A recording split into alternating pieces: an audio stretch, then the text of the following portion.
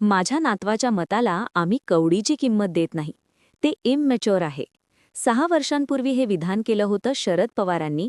पार्थ पवारांनी तेव्हा सुशांत सिंग राजपूत प्रकरणात सीबीआय चौकशीची मागणी तत्कालीन गृहमंत्री अनिल देशमुख यांच्याकडे केली होती. या कृतीवर शरद पवारांना माध्यमांनी विचारलं तेव्हा शरद पवारांनी हे विधान केलं होतं. माझ्या नातवाच्या मताला आम्ही कवडीची किंमत देत नाही. हे विधान बुचर होतं. नव्याने राजकारणात करिअर करू पाहणाऱ्या पार्थ पवारांचंच राजकारण संपवण्यासारखं होतं.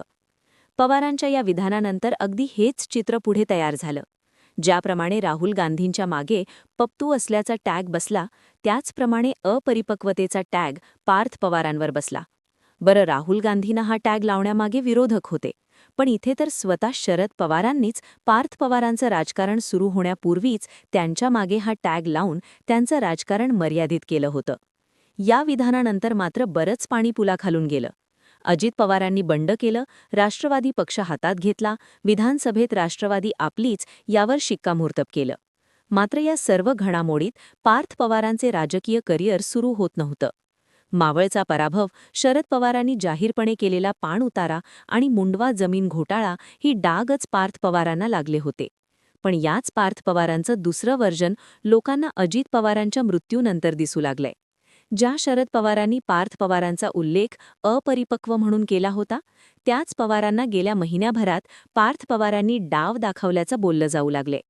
नेमका पार्थ पवारांनी शरद पवारांना धोबी पछाड कसा दिलाय, समजून घेऊया या व्हिडिओच्या माध्यमातून.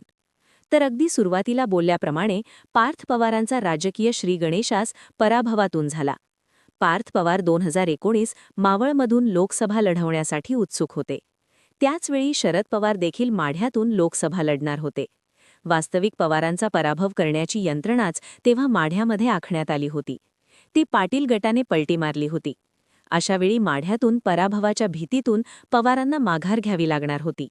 पण मुरलेल्या शरद पवारांनी निवडणुकीपूर्वी पराभवाच्या शक्यतेने आपण माघार घेत आहोत हे कबूल केलं नाही.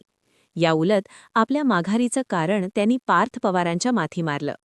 एकाच घरातून किती लोक निवडणूक लढवणार असा प्रश्न विचारत पवारांनी निवडणुकीतून माघार घेतली आणि पार्थ पवार यांच्या उमेदवारीवर शिक्कामोर्तब झालं. पार्थ पवारांच्या उमेदवारीला शरद पवारांचा विरोध आहे हे चित्र पवारांच्या या पहिल्या विधानानंतरच तयार झालं. पर्यायाने मावळमध्ये शरद पवार गट तसा पार्थ पवारांच्या निवडणुकीपासून अलिप्तच राहिला. आता या गोष्टीचा पैरा आता फेडलाय असंही आपल्याला म्हणता येतं. कारण आज राज्यसभेवर सुनेत्रा पवार आणि पार्थ पवार आहेत. लोकसभेत सुप्रिया सुळे आहेत. अशावेळी देखील पवारांनी मवियाकडून राज्यसभेवर जाण्याचा निर्णय घेतला. अर्थात यावेळी शरद पवारांना एकाच वेळी किती पवारांनी निवडणूक लढवायची हा प्रश्न पडला नाही. नियतीचा डाव यावेळी पार्थ पवारांच्या पारड्यात गेला. आणि एकाच वेळी किती पवार निवडणूक लढवणार हा प्रश्न आता शरद पवारांना विचारला जाऊ लागला. अर्थात हे का झालं तर अजित पवार गटाने कोणतीही तडजोड न करता पार्थ पवारांना राज्यसभेवर पाठवण्याचा निर्णय घेतल्याने. इथे पडद्यामागून राजकारण घडत होतं. सुनेत्रा पवार राज्याच्या उपमुख्यमंत्री आहेत. मंत्रिपदावर विराजमान झाल्याने नियमानुसार त्यांना पुढच्या 6 महिन्यात विधानसभा किंवा विधान परिषद यापैकी कोणत्याही एका सभागृहाचा सदस्य व्हावं लागणार आहे. बारामती पोटनिवडणूक सुनेत्रा पवारच लढवतील हे जवळपास निश्चित आहे. अशावेळी सुनेत्रा पवार राज्यसभा सदस्यत्वाचा राजीनामा देऊ शकल्या असत्या. जर शपथविधीनंतर तात्काळ सुनेत्रा पवारांनी राजीनामा दिला असता तर नेमकं काय झालं असतं ते पाहिलं की पार्थ पवारांचे डावपेच समजून येतात. जर राज्यसभा सदस्यत्वाचा राजीनामा सुनेत्रा पवारांनी दिला असता तर त्या रिक्त जागेची देखील निवडणूक लागली असती आणि अजित पवार गटाच्या कोट्यातून 2 जागा रिक्त झाल्या असत्या. अशावेळी विलिनीकरण आणि शरद पवारांना या अधिकच्या एका जागेवरून राज्यसभा देण्याच्या चर्चा झडल्या असत्या. तसा नैतिक दबावच अजित पवार गटावर आला असता. सध्या पार्थ पवारांचे नाव असल्याने पवार गटाकडून नैतिक दबाव कमी होता. मात्र पार्थ पवारांसहित अजून एक जागा अजित पवार गटाच्या वाट्याला असती तर मात्र इथे शरद पवारच असावेत असा सूर निर्माण झाला असता. हे होऊ न देण्यासाठी पार्थ पवारांच्या सूचनेवरून सुनेत्रा पवारांनी राज्यसभेच्या सदस्यत्वाचा राजीनामा दिला नाही. पर्यायाने मवियाशिवाय दुसरा पर्याय शरद पवारांसमोर उभा राहिला नाही. विलिनीकरणाचा फास अजित पवार गटाच्या भोवती पवार गटाने आवळला होता. त्याचं महत्त्वाचं कारण म्हणजे राष्ट्रवादी अजित पवार गटाच्या महत्त्वाच्या नेत्यांना टार्गेट करून अजित पवार गटाच्या नेतृत्वाची पोकळी भरून काढण्याची संधी पवार गटापुढे निर्माण झाली. एकीकडे रोहित पवारांचे आरोप तर दुसरीकडे विलिनीकरणाच्या चर्चा. अशा दुहेरी रणनीतीत अजित पवार गट अडकलेला होता आणि त्याला उत्तर मिळालं ते राज्यसभेच्या निवडणुकीत. राज्यसभेपर्यंत कोणतीही तडजोड अथवा माघार घ्यायची नाही अशी यंत्रणा अजित पवार गटाकडून आखण्यात आली. पर्यायाने अजित पवार गटातून शरद पवारांसाठी देखील तडजोड होणार नाही याची कल्पना आल्यानंतर शरद पवार गटाने माघार घेतली आणि पुन्हा मवियाला साथ घातली. अर्थात या नैतिक प्रेशरमध्ये उद्धव ठाकरेंना तडजोड करावी लागली. पण मविया सोबत राहणार हा शब्द त्यांनी शरद पवारांकडून घेतला. या राजकारणामुळे नेमकं काय झालं तर विलिनीकरणावर कायमची फुली मारण्याची वेळ राष्ट्रवादीच्या शरद पवार गटावर आली. आणि ती आली मुळातच पार्थ पवारांच्या पुढाकारातून, राज्यसभा न सोडण्याच्या निर्णयामुळे. अर्थात या राजकारणाची सुरुवात देखील कालच्या निवडणुकीपासून झालेली नाही. अजित पवारांच्या मृत्यूनंतर पार्थ पवारांनी ज्या प्रकारे शरद पवारांचं राजकारण टॅकल केलं आहे ते पाहणं देखील तितकंच महत्त्वाचं ठरतं. शरद पवारांकडून आलेला पहिला डाव होता तो विलिनीकरणाचा. जवळचे लोक सांगतात की सुनेत्रा पवार अजित पवारांच्या जागी विराजमान होणार आहे हे पार्थ पवारांनी अगदी पहिल्याच दिवशी ठरवलं होतं. त्याचं कारण देखील शरद पवार गटाची चलबिचल होतं.